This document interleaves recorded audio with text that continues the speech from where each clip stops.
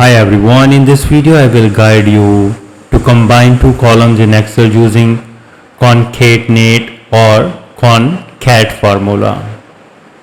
So with the concat you need to type is equal to and type concatenate and then open the bracket, and this is the first cells you want to combine, comma, space bar and quotation double quotes, space double quote.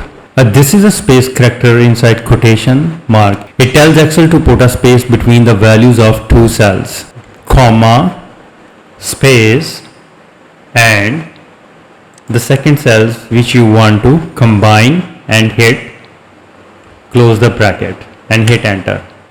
And this is what you can easily combine two columns easily with the concat formula, and just drag it and you will see the result.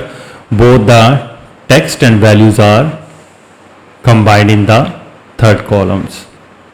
So how you can do that with the concat formula?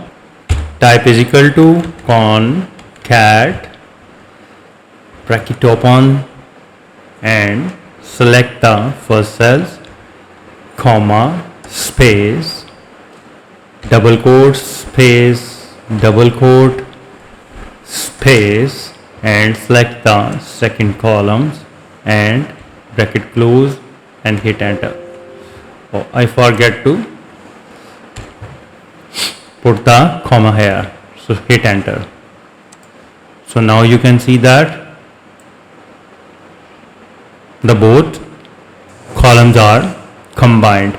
So in this way you can easily combine two columns in Excel using concatenate or concat formula. If you think this video is helpful, please support my channel. Thanks for watching.